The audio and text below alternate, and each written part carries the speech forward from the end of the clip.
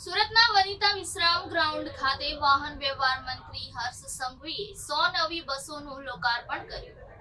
સુરતમાં sleeper coach અને deluxe express બસોને લીલી ઝંડી આપવામાં આવી। કાર્યક્રમમાં વાહન વ્યવહાર મંત્રી હર્ષ સંઘવી અને મંત્રી મુકેશ પટેલ ઉપસ્થિત રહ્યા। સાથે જ ભાજપ શહેર અધ્યક્ષ અને સુરતના મેયર પણ કાર્યક્રમમાં ઉપસ્થિત રહ્યા।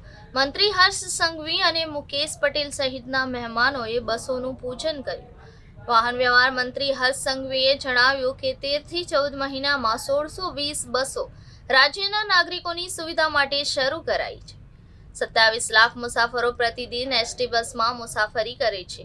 આવનારા 12 મહિનામાં 30 લાખ યાત્રીઓ બસમાં મુસાફરી કરે તેવો ટાર્ગેટ છે। સામાન્ય નાગરિકોને આ સુવિધાથી પોતાના વાહનોમાં મુસાફરી કરી શકશે।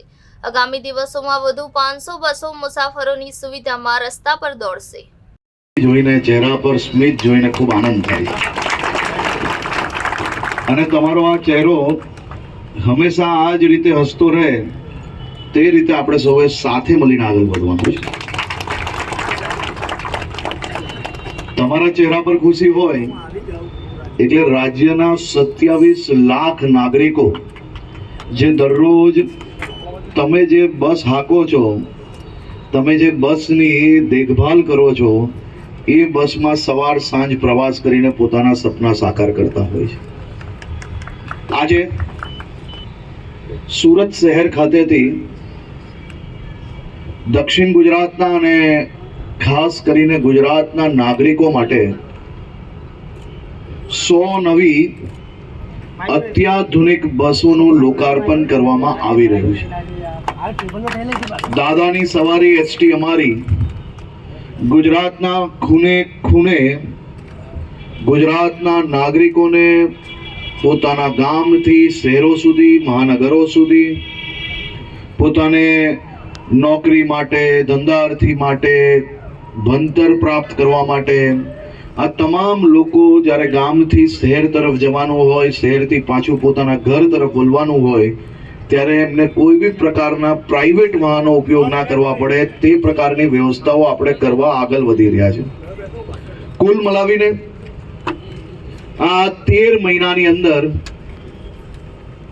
મુખ્યમંત્રી શ્રી ભૂપેન્દ્રભાઈ પટેલના માર્ગદર્શનમાં આ ડબલ એન્જિન સરકાર દ્વારા ગુજરાત નહીં પરંતુ દેશના ઇતિહાસમાં પહેલી વાર આવું થયું હશે કે માત્ર 13-14 મહિનાની વચ્ચે 1620 નવી બસો રાજ્યના નાગરિકો માટે ખુલ્લી મૂકવામાં આવે।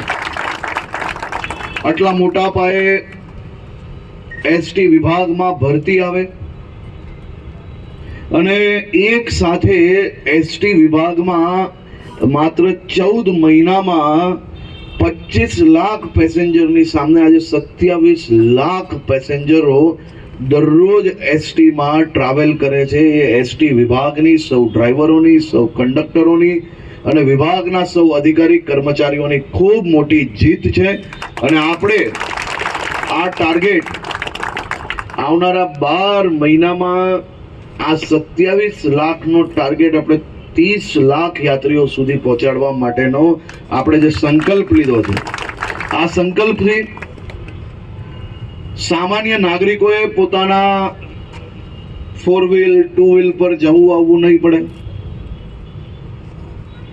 જે સ્કૂટર પર, બાઇક પર ગામથી શહેરો સુધી જવું પડે એ જ નાગરિક તમારી બસમાં બેસીને જ્યારે જશે તો એની આવવા જવાનો સુરક્ષિત યાત્રા થશે અને 2 વ્હીલ પર હાઈવે પર ના જવું અને પોતાને વાહનમાં કારણ વગરનું ઇંધણ ના બાળવું, આ બધા જ વિષયોની અંદર